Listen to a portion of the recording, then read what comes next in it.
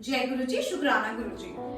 आज हम जो सत्संग है वो पेज नंबर 69 का है हमारी दिव्य आभा बुक से, और अंकल का नाम है अरविंद सिंगला जो कि गुड़गांव से हैं। तो अंकल के ना बहुत सारे सत्संग हैं जो उन्होंने बहुत ही सुंदर तरीके से एक्सप्रेस किया है। तो संजय जी, आज हम सिंगला अंकल का सत्संग सुनेंगे। इस ग्रह पर सबसे कठिन कार्य गुरु जी के साथ अपने अनुभव को शब्दों में पिरोना है। उनको देखने या मिलने का कोई पर्याय नहीं है। उसके पश्चात ही आपको अनुभव होता है कि वह कौन है और उनमें कितनी अभूतपूर्व प्रतिभाएं हैं। परंतु उनके दर्शन सरल नहीं है, वह तो उनके नियत करने पर ही संभव है। अनेक बार उनके दर्शन करने की बनी बनाई योजनाएं सफल नहीं हो पाती हैं। इसके विपरीत यदि वह चाहें तो वो आपको कहीं से भी बुला लेते हैं। मुझे उनके दोनों ही अनुभव हुए हैं। गुरुजी का भक्त बनने के कुछ दिन के उपरांत ही मैंने अपनी अनुभूतियों का उल्लेख अपने उन मित्रों से किया जिनके साथ मैं प्रतिदिन 18 से 20 घंटे बिताया करता था। उन सबको यह सुनकर बहुत अचंभा हुआ और उन्होंने गुरुजी से मिलने की आकांक्षा व्यक्त करी। उनकी इच्छा के अनुरूप और मेरी उनको गुरुजी के दर्शन कराने की चाहत किसी न किसी कारणवश 6 माह तक टलती रह गई। वह दर्शन करने में असमर्थ रहे। अंततः जब यह संभव हुआ तो अपने जीवन के हर पृष्ठ पर गुरुजी की दया पाकर वह अति कृतार्थ हुए। अंत में गुरुजी उन सबको अपने पास बुलाते हैं। इससे एक दिन गुरुजी ने प्रत्यक्ष में कर दिखाया। मैं बाहर जहां पर वाहन खड़े किए जाते थे अपने एक मित्र की प्रतीक्षा कर रहा था। एक कार वहीं पर आकर धीमी हुई और यह सोचकर कि मेरा मित्र इसी कार में है, मैंने उसे एक खाली स्थान का मार्ग दिखाया। तब मैंने देखा कि उसमें मेरा मित्र न होकर एक नव दंपति यात्रा कर रहे थे। उन्होंने शालीनता से प्रश्न किया कि क्या यही नशा रेस्टोरेंट के लिए कारें खड़ी करने का स्थान है। मेरे ख्याल से कुछ प्रिंटिंग मिस्टेक है संजय जी। उन्होंने शालीनता से प्रश्न किया कि क्या यहाँ पर रेस्टोरेंट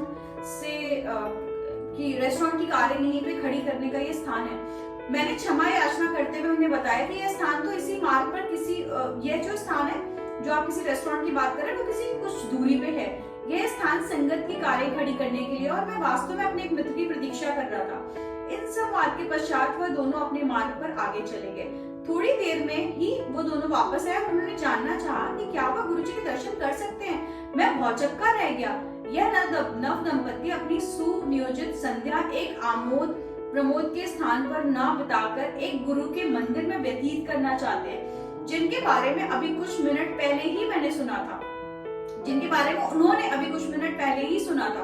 उन्होंने गुरुजी के दर्शन का लाभ उठाया और बहुत संतुष्ट होकर गए। गुरुजी किस प्रकार अपने भक्तों को अपने पास में बुलाते हैं। जब से मैंने गुरुजी के पास जाना प्रारंभ किया, हर दिन हर दर्शन एक विशेष आनंद होता है। उनके यहाँ पर बिताया हुआ समय उस दिन और जीवन का सबसे रोमांचक काल होता है। गुरुजी बहुत कुछ देते हैं। उस लंबी सूची में उनका संरक्षण भी है। गुरुजी की छाया में प्राप्त सुरक्षा अनुपम है। यह मेरे कई अनुभवों से सिद्ध होता है। हमें गुरुजी के पास जाते हुए कुछ मास ही हुए थे जब मुझे एक दिन बहुत तेज फीवर हो गया। यद्यपि मैं दवा कम ही लेता हूँ, उस दिन मुझे एक अति प्रबल दवा लेनी पड़ी, परंतु उससे कोई लाभ नहीं हुआ। न ही माथे पर गीला कपड़ा रखने से कोई लाभ हुआ। मेरी माँ ने तब मुझे अपने पास रखने के लिए गुरुजी का एक चित्र दिया। उस चित्र को देखते ही मेरा फीवर कम हो गया और तापमान सामान्य स्तर पर आ गया। गुरुजी के चित्र ने ही मुझे तुरंत लाभ पहुंचा दिया था। एक बार महाविद्यालय में मुझे अचानक ही बहुत तेज पेट में दर्द प्रारंभ हो गया। उसके साथ मुझे उल्टियां भी हुई और जी मिचलाना भी प्रारंभ हो गया। जब तक मेरे मित्र मुझे लेकर घर पहुंचते, मेरे पिता गुरुजी के यहाँ जा चुके थे। मेरे 2 मित्रों ने मेरे पिता के वापस आने तक रुकने का निर्णय लिया। मेरी लगातार बिगड़ती स्थिति देखकर उन्होंने मेरे पिता को फोन किया। चूंकि 1 घंटे तक उनकी प्रतीक्षा करना उपयुक्त उन्हें नहीं लगा, वो मुझे पास के हॉस्पिटल में लेके गए। मेरा टेस्ट करने के बाद चिकित्सक ने मुझे 2 इंजेक्शन और कुछ दवाइयां देकर घर जाकर विश्राम करने को कहा, किंतु उससे कोई लाभ नहीं हुआ। उधर मेरे पिता ने गुरुजी को मेरी स्थिति से अवगत कराया और शीघ्र जाने की आज्ञा ली। गुरुजी ने उन्हें एक ग्लास में जल में नींबू का रस डालकर मुझे पिलाने को कहा। मैंने वैसा ही किया। मेरे माता पिता के घर पहुंचने तक मैं पूरी तरीके से ठीक हो चुका था। कुछ वर्ष के उपरांत मुझे पुनः ज्वर ने घेर लिया। जब 2 दिन तक शाम को तापमान 104 डिग्री चढ़ने लगा तो मुझे चिकित्सक को दिखाना आवश्यक हो गया। एक डॉक्टर ने कुछ दवाइयां दी, उनसे लाभ न होने पर कुछ टेस्ट भी कराए, उसका परिणाम भी अनिर्णित रहा। एक दूसरे डॉक्टर ने औषधियों में परिवर्तन किया पर उससे भी कोई सुधार नहीं हुआ। अंततः 1 सप्ताह के बाद मेरे पिताजी ने गुरुजी को बताया कि उन्होंने कुछ अभिमंत्रित हरी मिर्चें दी। उनका सेवन करते ही कुछ घंटों में फीवर जो औषधियों से नहीं उतर रहा था मिट गया। गुरुजी की दया के अतिरिक्त किसी भी तरीके से यह संभव नहीं था। वाह गुरुजी। गुरुजी ने हरी मिर्चियां खिला के संगत जी ज्वर ठीक किया। वाह। गुरुजी को सबके भूत और वर्तमान का ज्ञान है। हमारी दृष्टि तो परिसीमित है और आगे क्या होने वाला है इसका भी हमें ज्ञान नहीं है। पर एक बार गुरुजी की शरण में आने के पश्चात और अपना जीवन उनको समर्पित करने के पश्चात वो हमारे भविष्य का भी ध्यान रखते हैं। एक बार गुरुजी ने मेरे पिता को बताया कि मेरी माँ और मेरे ऊपर संकट आने की संभावना है। गुरुजी को कुछ आभास हुआ होगा और वो उससे बचाव करने के लिए उपाय कर रहे होंगे। अगले दिन अपराह्न को मैं अपनी कार में बाजार जा रहा था जो करीब 2 किलोमीटर दूर था। मार्ग में एक बहुत बड़ा चौराहा था, उसे पार करते हुए मेरी बाईं ओर से आती हुई एक मोटरसाइकिल ने जोर से कार को मारा। कार को ऐसा झटका लगा कि वो मार्ग के बीच में बने हुए डिवाइडर पर जा टकराई। मेरे ऊपर कांच के छोटे छोटे टुकड़े टूटकर बिखरे हुए थे। मैंने जब सामने से कांच के टुकड़े को देखा जो कि वो साबुत था, फिर मुझे आभास हुआ कि वो टुकड़े खिड़की के टूटने से बिखरे थे।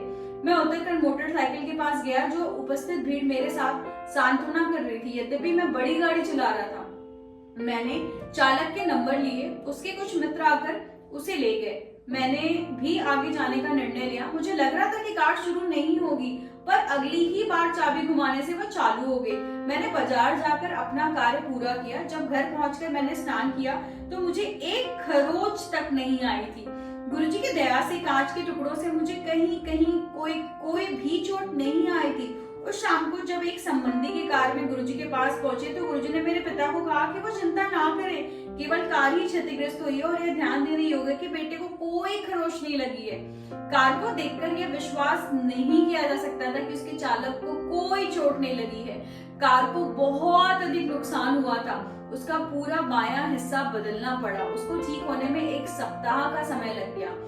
केवल गुरुजी ही यह 100% सुरक्षा दे सकते थे।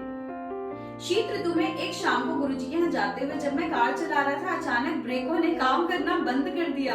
यदि यह नोएडा से दिल्ली जाते हुए व्यस्त यातायात में हुआ होता तो निश्चित ही घातक होता, पर यह घटना एक लाल बत्ती पर हुई जब कार बहुत धीमे थी।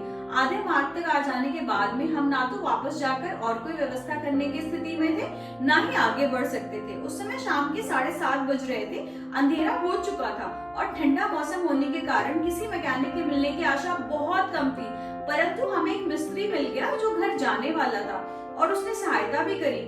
कार की बैटरी से बत्ती लगाकर कोई आधे घंटे तक दोष ढूंढने का विफल प्रयास करता रहा। अंत में मेरी बहन आरती ने गुरुजी से विनती करी जिससे हमें उनके दर्शन में और देर ना हो। ठीक उसी समय कार के दोष का पता लग गया। शीघ्र ही कार ठीक हो गई और हम गुरुजी के दर्शन की राह पर चल पड़े। जब हमने गुरुजी के दर्शन के लिए जाना आरंभ किया तब मैं कार चलाना सीख रहा था, पर कभी भी नोएडा की सीमा को पार नहीं किया था। अतः मेरे पिता ने दोनों दिशाओं में कार चलाते थे। यह नोएडा और दिल्ली के यातायात के एक दिशा में 20 किलोमीटर से अधिक का मार्ग था। उनको एक बार किसी कार्यवश चंडीगढ़ जाना पड़ा और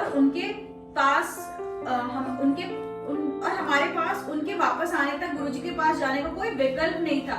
मैं हिचक रहा था, पर माँ और बहन के प्रोत्साहन पर जब मैंने अपने पिता से अगले दिन गुरुजी के पास कार में जाने की आज्ञा मांगी तो उन्होंने तुरंत हामी भर दी। अगले दिन जब मैं और मेरी बहन के साथ मैं कार निकाल रहा था तो हमें जहाँ बहन बैठी हुई थी अचानक गुरुजी की उपस्थिति का आभास हुआ।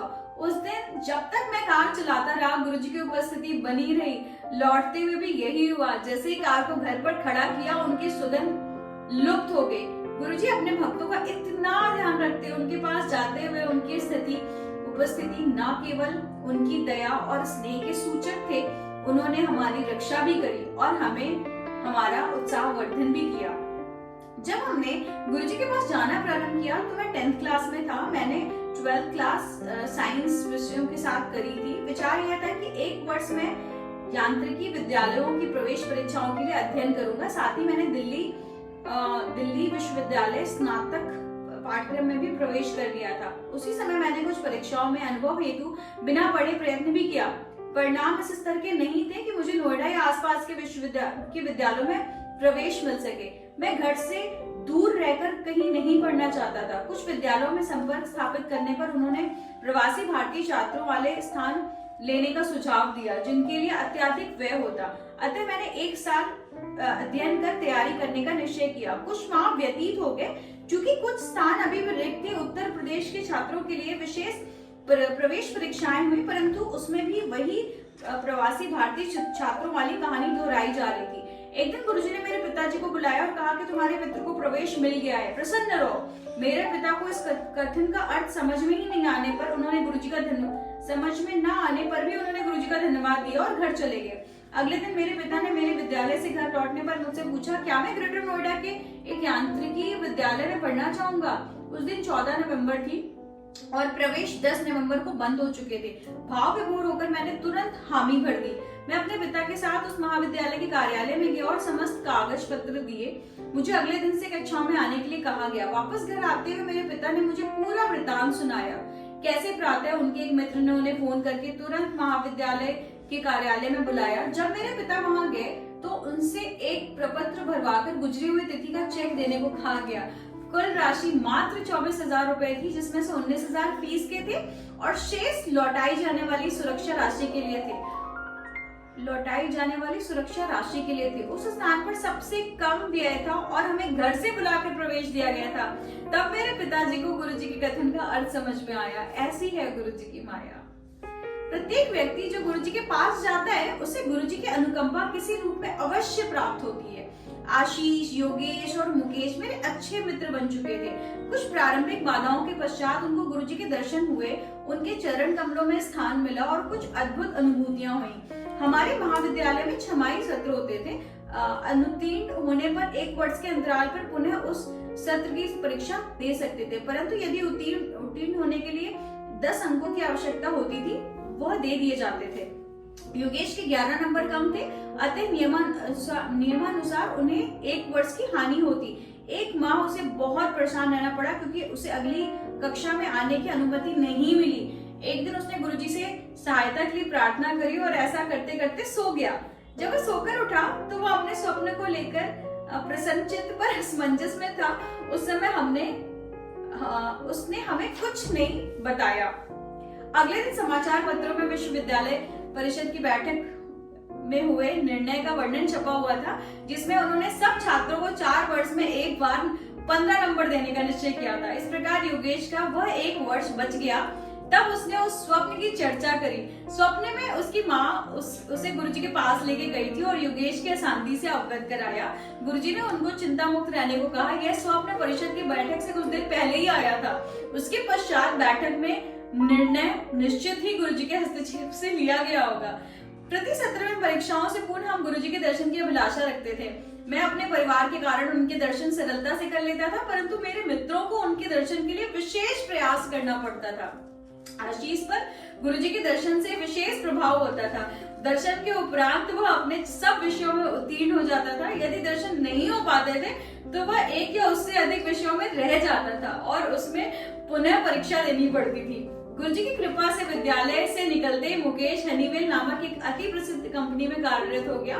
वहां पर उसका प्रशिक्षण काल 1 वर्ष तक का था। उस अंतराल के बाद वह अति उत्सुकता से अपने स्थायीकरण की प्रतीक्षा कर रहा था, परंतु जब 2 माह उपरांत भी यह नहीं हुआ तो गुरुजी के पास 14 अप्रैल 2005 को आया। उसने गुरुजी के दर्शन कर प्रसाद लिया और चला गया। अगले कार्य दिवस 16 अप्रैल को उसे अपने स्थायी होने की सूचना प्राप्त हो गई। वास्तव में गुरुजी अपने आशीर्वाद से सब कुछ संभव कर देते हैं। मुझे तीसरे अर्धवार्षिक सत्र में एक विषय में 30 अंकों के स्थान पर केवल 19 अंक मिले थे।